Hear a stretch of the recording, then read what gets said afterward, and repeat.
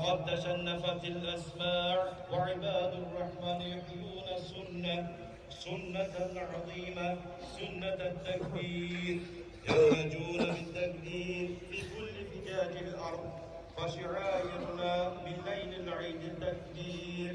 الله أكبر الله أكبر الله أكبر كبيرا، وتلك نعمة من الله تستحق الشكر والحمد. أعوذ بالله من الشيطان